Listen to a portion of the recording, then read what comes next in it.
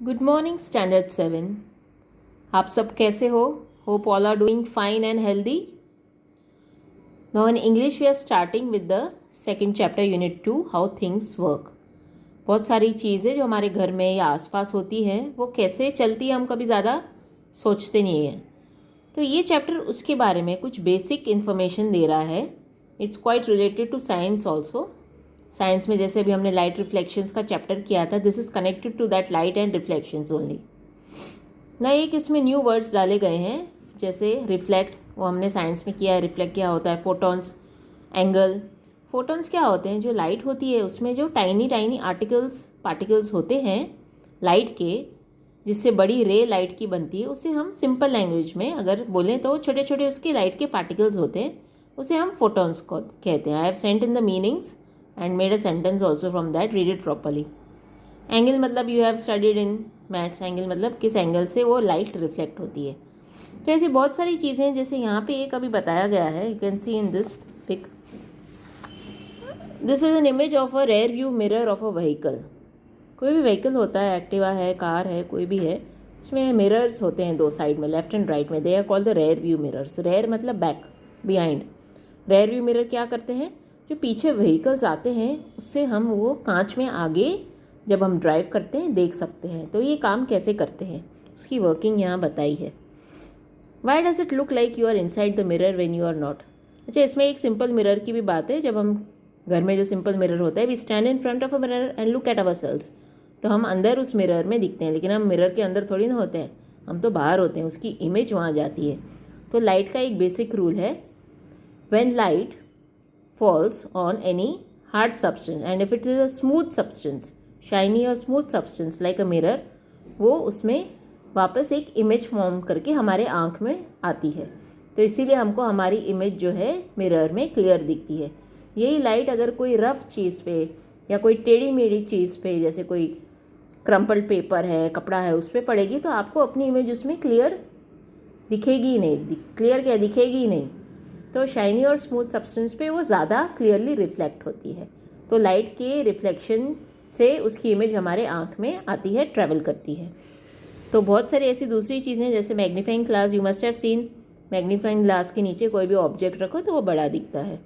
या जूम करते हैं कैमरा में, अभी तो मोबाइल यूज़ कर रहे हैं सब, इमेज जो भी मैं कोई भी मैम्स होमवर्क भेजते हैं आप जूम करते हो, मतलब उसको बड़ा करके देखने के लिए यूज़ किया जाता है। Microscope, it is use in science, सब स्टडी करने के लिए, बैक्टीरिया या कोई भी फंगस है या कोई भी ब्लड या कुछ भी स्टडी करने के लिए माइक्रोस्कोप के नीचे वो बहुत ही माइन्यूट उसके पार्टिकल्स होते हैं, वो दिखते हैं और उसमें से टेस्ट वगैरह होती है।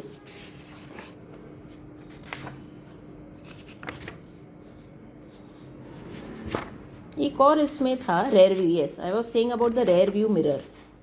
रेयर व्यू मिरर कैसे काम करता है वो यहाँ पे बहुत ही अच्छे से दिया गया है।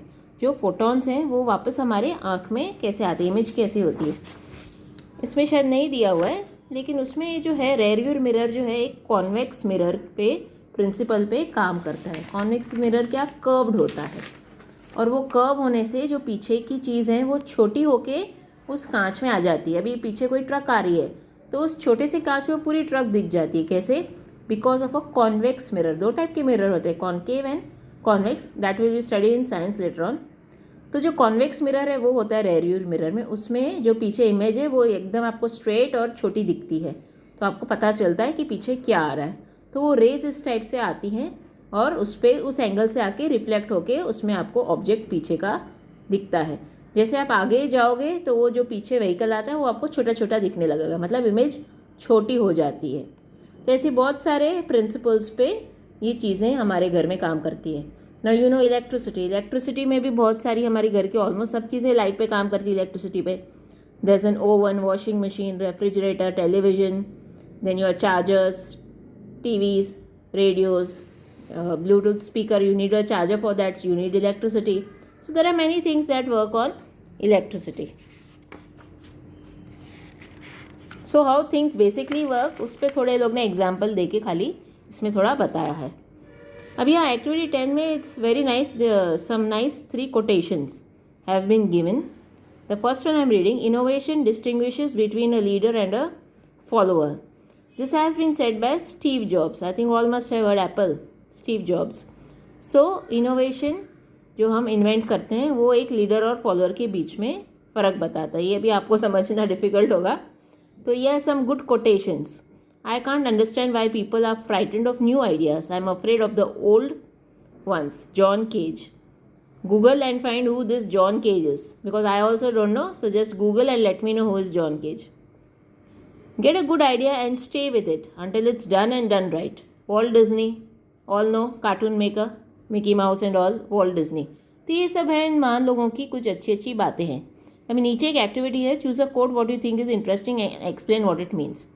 अभी आपको इसमें से कोई भी एक कोट मुझे बताना है। इसमें यहाँ पे आपको लिखना है और मुझे सिंपल 2 लाइन्स में एक्सप्लेन करके बताना है कि उसकी मीनिंग क्या होती है, राइट।